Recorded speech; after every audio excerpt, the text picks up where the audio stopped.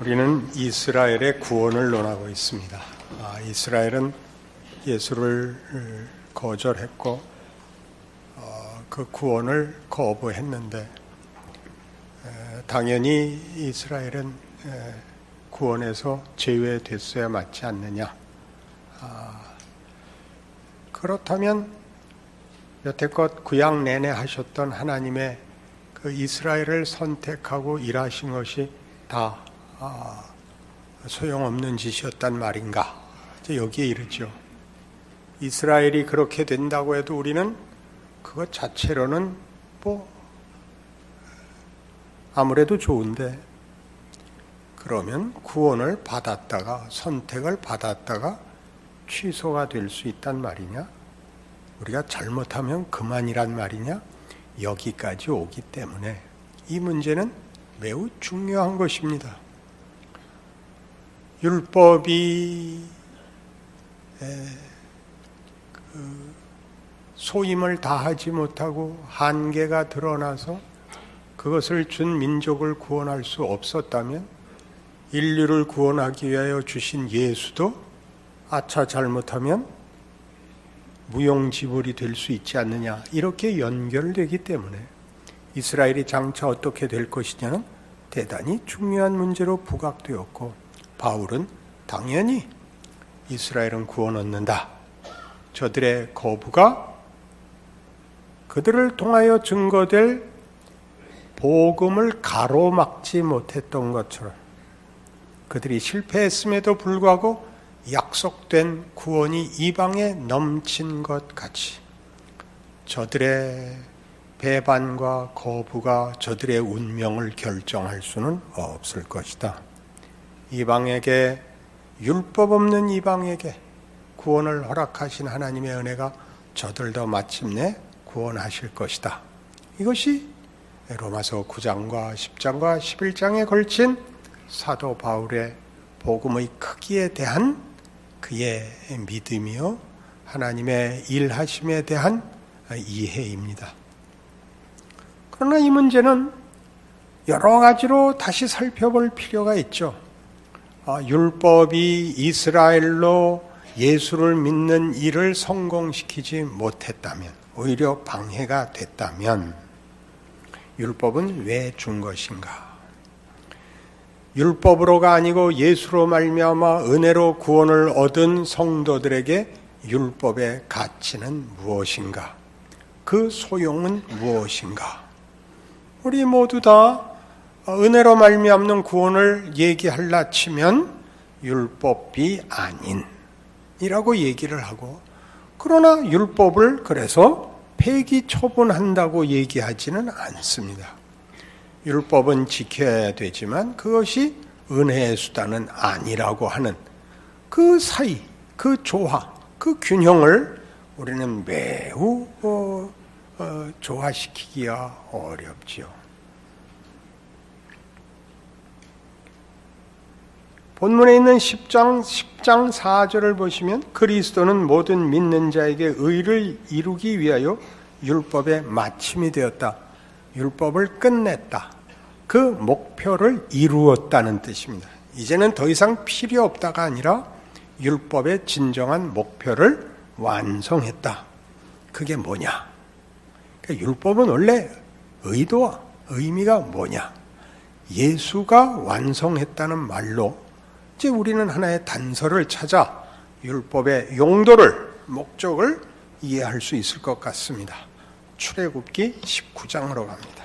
구약성경 110페이지 출애굽기 19장입니다.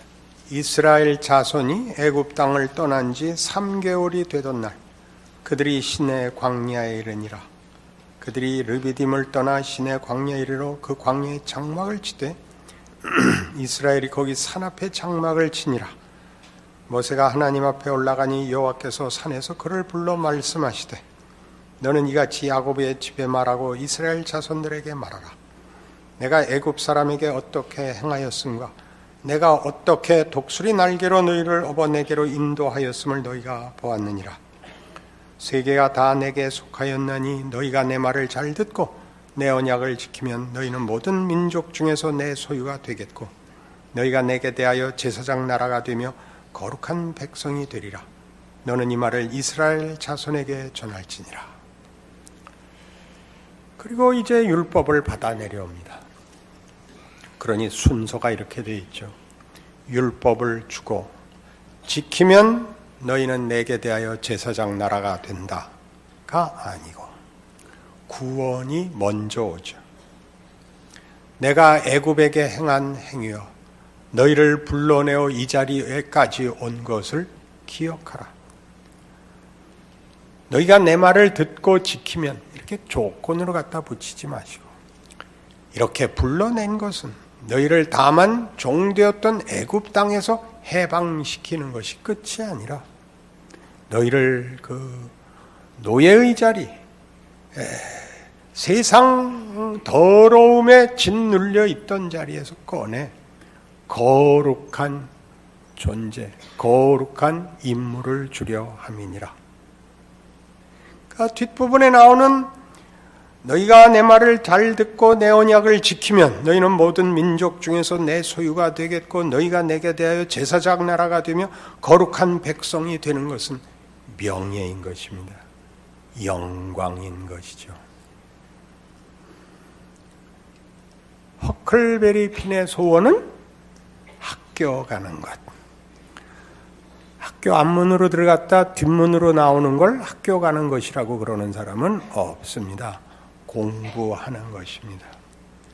그를 학교에 보내려면 누군가 보호자가 있고 그가 가서 공부하고 돌아오면 밥 먹여주고 잠자리를 줄 그런 보호자가 있어야 가능한 것입니다.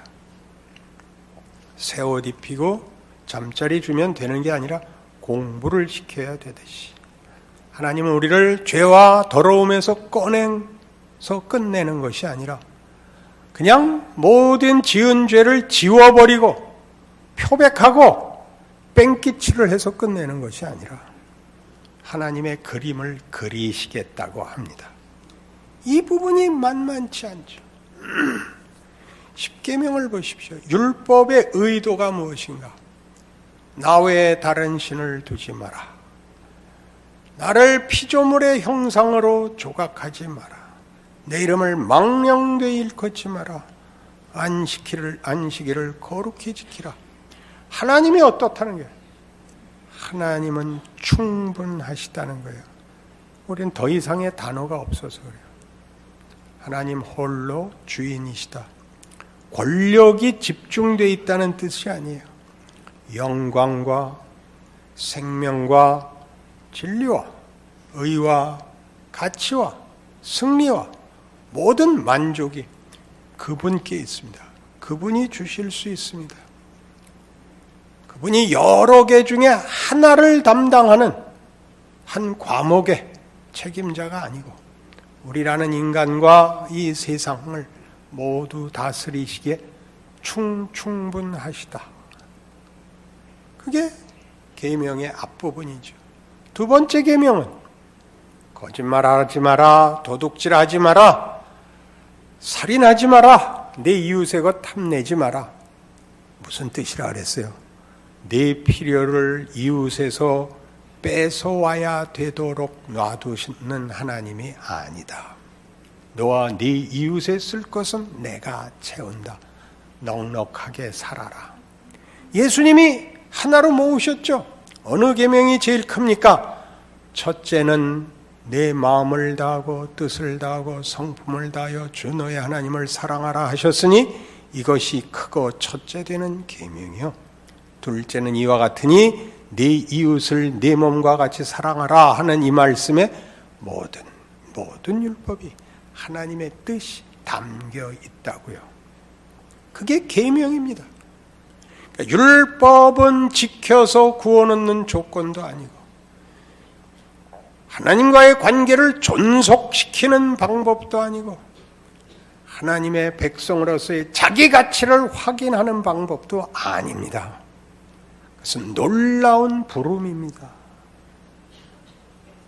우리는 끊임없이 율법을 논할 때마다 그것이 나의 노력의 성과였고 지금도 그것을 내가 유지시키고 있고, 그리고 하나님이 나를 부르신 이유는 봐라, 벌써 하나님은 이걸 알고 계셨던 거야. 난 쓸모있는 존재야. 난 너와 달라. 여기서 벗어나지 못하고 있는 것입니다. 율법은 우리를 하나님을 믿게 만들며 하나님과 화목하게 하며 하나님을 사랑케 하기 위하여 제시된 하나님이 누구신가, 우리를 무엇을 위하여 불렀는가에 대한 요약입니다. 아주 세밀한 자상한 설명입니다. 그러나 이스라엘은 그것을 끝까지 자기네들의 조건으로 만드는 데 썼습니다. 그래서 어떤 일이 생겼는가요? 하나님이 오시자 거절해버렸죠. 거기가 바로 율법이 의도한 것과 인간이 가진 죄가 그 율법을 어떻게 오용하고 악용했고 왜곡했는지가 드러나는 중요한 장면인 것입니다. 현실로 돌아올까요? 신약 시대는 예수를 믿은 사람들입니다. 금방 차별화하죠. 저들은 율법이 있었고 우리는 믿음이 있다. 저들은 율법을 고집하는 바람에 믿음을 가지지 못했다. 그렇게 간단할까요? 율법이 늘 자기 의를 강조하노라고 율법에 담긴 하나님의 목표, 하나님의 진정한 자신의 모습과 그 영광으로의 부름을 우리가 놓쳤던 것 같이 신약 시대는 끊임없이 믿음이라는 말이 이 율법을 대신합니다. 여러분 잘 아시는 로마서의 지금 설명은 시간이라는 중요한 하나의 시각을 가지고 구원이 역순으로 벌어지고 있다는 것을 가르치고 있습니다. 우리가 믿기 전에, 부르기 전에, 필요를 알기 전에 하나님이 구원을 베푸셨습니다. 그리고 그것을 믿음이라고 그랬습니다. 율법이 아니고 믿음이라고 얘기했는데, 우리가 예수의 필요성을 알기 전에, 구하기 전에, 준비하기 전에, 알지 못한 때 이루어진 구원을 로마서 5장 8절에서 우리가 아직 죄인 되었을 때 그리스도께서 우리를 위하여 죽으심으로 우리에 대한 하나님의 사랑을 확증하셨느니라 입니다. 그때 죽었죠. 2000년 전에, 우리 태어나기 전에, 알고 말고를 떠나서 생겨나기 전에 뭐가 일어났다고요? 구원이 완료됐다고요. 구원이 완료됐다는 게 무슨 뜻이라 그랬어요? 과거에 일어난 일이라서 번복시킬 수도 취소시킬 수도 없습니다. 우리는 그 후에 태어납니다. 여전히 죄인으로 태어납니다. 그리고 예수를 믿죠. 새삼스럽게 필요를 알지요. 각각에게 적용시키는 것이라고 했습니다. 결단하고 이해하고 방황하고 의심하고 거부하고 이 모든 과정을 겪고 항복하는, 내가 내 마음으로 항복하는 그런 과정을 주시죠. 시작이 나한테 있지 않았다는 것 확인하는 것이 믿음이라는 단어입니다. 내가 예수를 믿어서 구원을 얻은 것이 아니라 내가 모를 때 우리를 구원한 하나님의 방식이기 때문에 믿음으로라고 그러고 있는 것입니다. 행위의 법칙이 아닌, 우리는 태어나지도 않았는걸요. 믿음은 하나님이 구원을 우리에게 주시는 신적 방법이었습니다. 다른 표현으로 은혜라고 합니다. 그렇게 얻어진 구원, 그걸 우리는 어떻게 써먹는가 보십시오. 넌 믿음이 없어부터 시작해서 믿지 않으면 안 돼. 전부 우리의 조건과 자격으로 돌아와 무기가 되죠. 안 그렇습니까? 이스라엘이 율법을 가지고 예수를 거절했던 것처럼 신약 시대의 교회들은 믿음이라는 걸 쳐들어서 예수를 거부합니다. 예수를 거부한다는 게 뭐죠? 예수는 모두를 기다리고 있습니다. 예수는 모든 것을 자기가 행한 대로 갚지 않고 계십니다. 아무래도 좋다고 얘기를 하는 게 아닙니다. 비기너들이 교회에 올 수 있습니다. 교회와 기독교 신앙을 오해하고 있을 수 있습니다. 겉으로 보기에 윤리적으로 못났을 수 있습니다. 성격에 결함이 있을 수 있습니다. 아니, 열심을 부려 교회에 손해를 끼칠 수도 있습니다. 그 모든 것을 믿음이라는 이름으로 정죄를 해버리고 죽여버리려고 하셔서는 안 됩니다. 교회가 아무래도 좋다는 건 당연히 아닙니다. 그러나 교회를 어떻게 이해하는가, 자기가 얻은 구원을 어떻게 이해하는가 하는 것은 거기서 드러나는 것입니다. 거기서 드러나는 거죠. 상대를 위하여 쓰라는 말 아닙니다. 스스로에게 적용하십시오. 스스로에게. 예수를 믿는다는 것은 바로 이 문제에서 늘 와서 걸리는 것입니다. 시편 51편에 가시죠. 시편 51편 16절. 다윗의 회개이십니다. 주께서는 제사를 기뻐하지 아니하시나니 그렇지 아니하면 내가 드렸을 것이라. 주는 번제를 기뻐하지 아니하시나이다. 하나님께서 구하시는 제사는 상한 심령이라. 하나님이여 상하고 통회하는 마음을 주께서 멸시하지 아니하시리이다. 주의 은택으로 시온의 선을 행하시고 예루살렘 성을 쌓으소서. 그때 주께서 의로운 제사와 번제와 온전한 번제를 기뻐하시리니 그때 그들이 숫소를 주의 제단에 드리리이다. 51편은 오해되는 시죠. 회개의 시라고 되어 있습니다. 잘못했습니다. 잘못했습니다. 잘못했습니다. 울고 울고 울고 겸허한 자세에 내려가 무릎 꿇어 용서를 구해서 용서받는 내용 아닙니다. 51편은 이렇게 얘기하는 겁니다. 하나님, 저는 죄밖에 지을 줄 아는 것이 없습니다. 하나님이 나를 돌려놓지 않으면, 고쳐놓지 않으면 방법이 없습니다. 하나님이 우리의 헌신을 받으시는 것이 아니라 우리가 하나님이 필요하다는 것을 아는 것을 기뻐하신다는 사실을 알았습니다. 그러니 하나님, 시온에 선을 행하소서. 하나님의 나라, 하나님의 백성에게 선을 행하소서. 예루살렘 성을 하나님이 쌓아주소서. 우리가 쌓는 것은 다 거짓된 것입니다. 그러니 우리는 얼마나 많이 회개가 모든 것을 낱낱이 진심을 가지고 눈물 바가지를 흘려서 스스로를 만족시키고 회개했다 그러느냐 이거죠. 뭔지 모르는 거죠.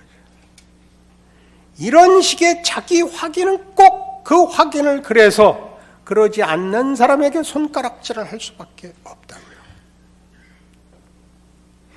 이런 식으로 얘기하면 안 돼요. 정의를 위하여, 평화를 위하여는 하면 안 돼요. 그건 예수만이 만들 수 있는 거예요. 그게 교회가 정치와 다른 것입니다. 정치는 증상과 현상을 고치는 일에 힘을 쓰지만 우리는 근본을 고치는 것입니다. 그게 다 나을 때까지 기침과 콧물이 계속되겠죠. 코를 세멘트로 봉하고 입을 국방색 실로 꼬매놓으면 감기를 고치는 게 아닙니다. 그러니 끊임없이 교회 안에는 이런 현상과 증상을 고쳐 번듯하게 하자는 말이 나오곤 합니다. 나올 수 있습니다. 그러나 그 교회의 중심되는 신앙의 핵심이 그걸로 해결되는 것이 아닙니다를 기다려주고 이어지고 알아가는 일이 이것보다 커야 되는 것입니다. 현상을 고치려고 하다가 중심으로 들어오는 일들이 교회에 늘 반복적으로 일어나야 되는 것이죠. 그리고 그 과정에서 밖에서 교회를 저기는 다르다, 저기는 보복이 없다, 저기는 정죄가 없다, 저기만 용서가 있고 기다려주더라 를 보고 하나님을 만나러 오게 됩니다. 그러니 어떤 일도 예수와 무관한 개념은 없는 겁니다. 이스라엘 백성이 예수를 십자가에 건 죄목이 참남죄입니다. 사람이 스스로를 신이라고 했다라는 것이죠. 자기네가 믿는 하나님을 모독했다는 것입니다.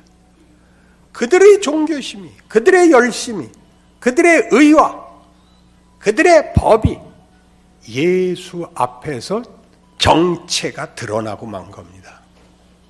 그 말 이해하시겠습니까?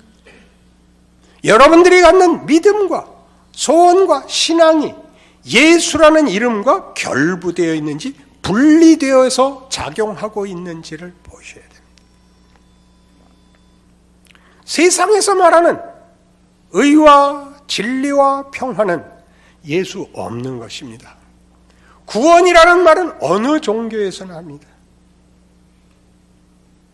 감동, 기적 어디에나 있습니다. 예수가 없습니다. 예수가 없다는 건 무슨 의미죠? 예수만이 하나님과 인간 사이를 잇는, 하나님이 그의 백성을 하나님께로 인도하는 유일한 방법이고 문이고 내용입니다. 그가 없이 다만 덕목이라는 이름으로, 유용하다는 이름으로 드러나는 어떤 것도 기독교 신앙적으로는 죄인 것입니다. 죄란 하나님 없음이죠. 그래서 자, 이 문제를 여기 가면 분명해집니다.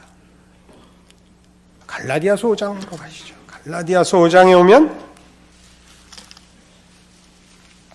잘 아시는 이 구절 읽읍시다. 갈라디아서 5장 22절. 오직 성령의 열매는 사랑과 희락과 화평과 오래 참음과 자비와 양선과 충성과 온유와 절제니 이 같은 것을 금지할 법이 없느니라. 이걸 맺자 그러는 것이 얼마나 틀린 것인가를 알아야 돼요. 성령의 열매를 맺자가 아니고 성령의 열매라니까. 내가 얼마나 신앙이 좋은지 이런 열매가 보상됐다가 아니라 성령만이 맺는 열매가 나에게 매일 열리는 거예요. 요한복음 15장 기억하시죠? 나는 참 포도나무여 너희는 가지니 너희가 내 안에 내가 너희 안에 거하면 열매가 열리는 겁니다. 그 열매는 가지에 달리지만 포도나무의 열매입니다.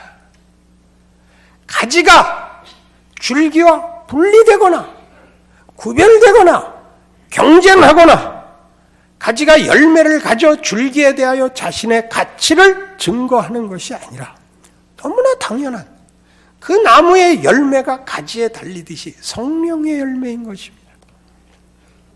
그러나 우리는 성령의 열매를 맺지 않습니다. 신앙의 열매를 맺습니다. 여기가 무서운 데입니다. 기도했더니 그 중요한 간증입니다. 하나님이 들어주셨다는 거죠. 하나님이. 그러나 내가 해서라는 거죠. 내가 해서 하셔야 됩니다. 어디에 강조점이 있는가 보십시오. 감사가 있는가, 자랑이 있는가. 자랑은 어디로 간다? 꼭 정죄로 갑니다. 넌 안 해서 그래. 넌 안 해서 그래. 난 해서 받았고 쟤는 안 해도 받고 있습니다. 불만이십니까? 포도원 비유. 아침 7시에 들어온 자와 오후 5시에 들어온 자에게 동일하게 한 데나리온을 줬더니 아침에 온 놈이 화냈다. 기억하셔야 됩니다. 예수입니다. 그래서 이걸 오늘 우리 본문에서 뭐라고 얘기를 하느냐 하면 잘 보십시오. 9장 32절에 어찌 그러하냐 이는 그들이 믿음을 의지하지 않고 행위를 의지함이라 부딪힐 돌에 부딪혔느니라. 기록된 바 보라, 내가 걸림돌과 거치는 바위를 시온에 두노니 그를 믿는 자는 부끄러움을 당하지 아니하리라. 누구에게 거치는 돌이 됐습니까? 자기 증명을 하려는 자들에게는 예수가 거치는 돌이 됩니다. 아침에 온 자와 오후에 온 자가 똑같다는 게 넘어가지지 않습니다. 박총씨가 쓴 내 인생을 바꾼 한마디였나 무슨 그런 책에 또 인용을 해서 무슨 야코넬리로 기억을 하는데, 은혜보다 교회 안에서 더 분노를 사는 것은 없다. 그렇죠. 열심히 한 나하고 여태껏 논 놈하고 똑같이 주는 것을 견딜 수가 없죠. 그럴 수는 없죠. 통자 비유이기도 합니다. 전 재산을 말아먹은 이놈한테는 소를 잡고 나는 집도 안 나가고 매일 일했는데 해준 게 뭐 있어요? 라고 얘기를 한다는 거죠. 자신의 지위가 얼마나 굉장한 것인지 모른다니까요. 율법은 뭐냐? 하나님이 우리를 어떤 지위와 명예로 불렀느냐고 말하고 있는 것입니다. 율법이 우리를 데려가지 못했죠. 율법이든 믿음이든 우리는 사람을 잡는 데 쓰죠. 살리는 데 써보십시오. 스스로의 인생을 밖에서 보상을 받아 명예를 유지하려고 하지 마시고, 누구를 잡아 명예를 유지하지 마시고 살려서 삼켜서 멋진 일을 해서 스스로의 명예를 확인하지 않으면 율법도 예수도 거침돌 외에 아무것도 아닌 것이 됩니다. 예수 믿는 게 다만 힘들고 억울할 뿐이죠. 돌아보십시오. 하나님이 예수를 십자가에 매달아 자신의 영광을 증언하십니다. 우리 지난주엔 이거 했죠. 이 아들은 죽었다가 살았다. 내게 있는 건 다 네 거 아니냐. 이렇게 제가 했어요. 우리 아버지가 이런 아버지였으면 좋겠다. 그렇죠. 그 아버지가 뭘 하셨다고요? 당신의 영광을, 우리를 위하여 그 아들을 십자가에 못 박는 방식으로 영광을 증언하시는 분이랍니다. 더 이상 무슨 명예와 욕심이 필요하겠습니까? 여러분이 가진 믿음이 무엇인지 아는 여러분의 인생이요 자랑이기를 바랍니다. 기도하십시다. 하나님 아버지 은혜를 감사합니다. 하나님을 아버지라 부르는 게 얼마나 큰 것인지, 굉장한 것인지, 우리의 인생 하나로 쩔쩔매는 그럴 일이 아니라는 걸 배웁니다. 고난의 길을 걸을 수 있고 억울한 길을 걸을 수 있으나 그 어느 자리에도 하나님의 자녀이며 영원한 영광과 승리가 우리의 것이라는 것을 압니다. 우리의 고난이 우리로 섬기는 길을 가게 하고 누구를 품는 길을 가게 한다는 사실을 기억하고 멋진 인생 사는 우리 되게 하여 주시옵소서. 예수님 이름으로 기도합니다.